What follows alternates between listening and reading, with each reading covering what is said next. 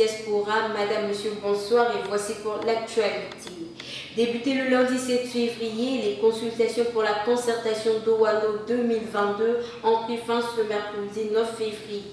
Le ministre de l'Administration du territoire, de la décentralisation et du développement local, Guy Georges Mbaka, a clôturé ses entretiens avec les partis de la majorité présidentielle. Juste Désiré Moundélé a apprécié la démarche du ministre Mbaka de consulter toute la classe politique congolaise pour des élections libres, apaisées, transparentes et dans la paix comme le veut le chef de l'État, son Excellence Denis Sassou Nguesso. Rappelons que ces consultations avaient pour objectif de faire connaître la proposition d'ordre du jour de la concertation d'Owano 2022. Jean-Louis Koua, conseiller à la santé du Premier ministre, a ouvert les travaux de la réunion de la mise en place d'une task force pour s'attaquer au paludisme le 8 février à Brazzaville. Cette réunion, dont les actions ont pour objectif d'approuver les stratégies communes de lutte contre le paludisme, a été organisée conjointement par le gouvernement et Catholic Relief Service avec l'appui du Fonds mondial. Les rôles des uns et des autres doivent être définis pour réduire l'incidence du paludisme, a déclaré Jean-Louis Koua, d'où l'importance de la mise en place de la dite task force pour une action commune de toutes les parties prenantes, notamment les ministères de la Santé, de la Recherche scientifique, de l'économie forestière, du plan, de l'environnement, de l'agriculture, de l'administration du territoire et autres. Lancé le 8 février 2022 à Brazzaville par Rosalie Matondo, ministre de l'économie forestière, les initiatives à résultats rapides dans les 12 directions départementales du pays visent à améliorer la gouvernance des ressources financières et des ressources forestières et l'accroissement de l'apport du secteur forestier au produit intérieur brut. Les différentes directions départementales devront relever 36 défis, entre autres l'augmentation du taux de recouvrement des taxes forestières et du taux des dettes recouvrées auprès des sociétés jusqu'à épuration complète, la réduction des infractions liées à la traçabilité du bois depuis sa zone d'abattage jusqu'à sa commercialisation.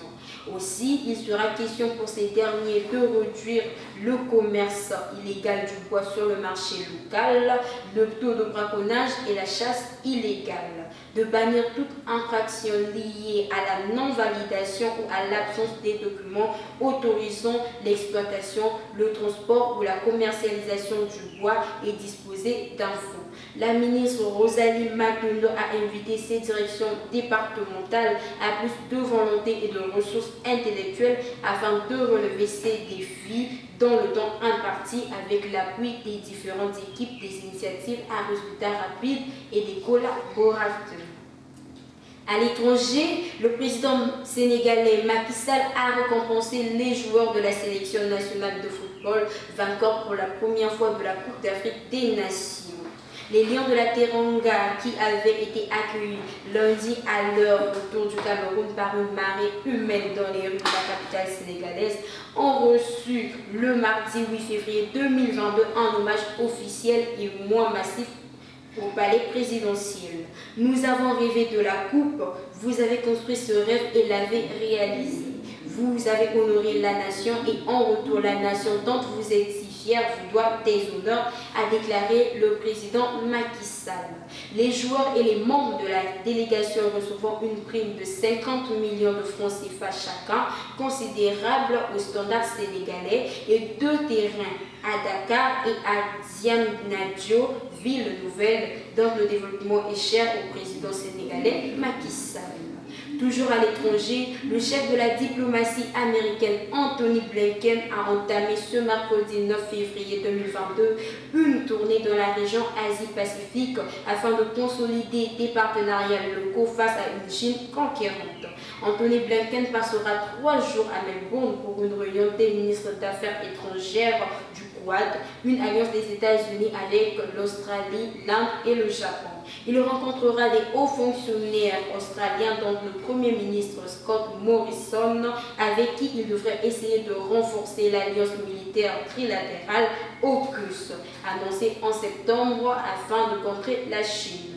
Après son départ d'Australie prévu samedi, Anthony Blinken doit également faire halte au Fidji pour s'entretenir avec de nombreux dirigeants des îles du Pacifique en personne ou virtuellement. Daniel Kritenbrink, secrétaire d'État adjoint chargé du Pacifique et de l'Asie orientale, a déclaré: le message principal que portera le secrétaire d'État est que nos partenariats tiennent leurs promesses. Suite à son entretien avec son homologue russe Vladimir Poutine, le président français Emmanuel Macron a poursuivi son marathon diplomatique à Kiev puis à Berlin. Il a rencontré son homologue polonais Andrzej Duda et le chancelier allemand Olaf Scholz avec un objectif commun, celui d'éviter la guerre en Europe. À Kiev, le chef de l'État français a proposé de reprendre les accords de Minsk dans le cadre du format Normandie. Quant au président ukrainien Volodymyr Zelensky, il a confirmé son attachement au cessez-le-feu. Et pour finir en culture, la 13e édition du Festival international du cinéma et de l'audiovisuel du Burundi lance un appel à films. Ce festival qui se tiendra du 27 mai au 3 juin 2022 à Bujumbura sur le thème l'entrepreneuriat et l'autonomisation économique de la femme se destine aux cinéastes africains avec un intérêt particulier sur la participation des femmes. Pour s'inscrire au Festicab, chaque cinéaste est invité à envoyer sa fiche d'inscription en ligne dûment remplie avant la date butoir fixée au 5 avril 2022.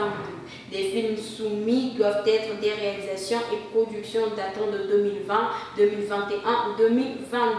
Et c'est par là que nous mettons un terme à ce bulletin d'information. Madame, monsieur, merci de nous avoir suivis et merci de partager l'information autour de vous. Je vous dis à bientôt et bonne suite des programmes sur notre chaîne YouTube TPT+ TV.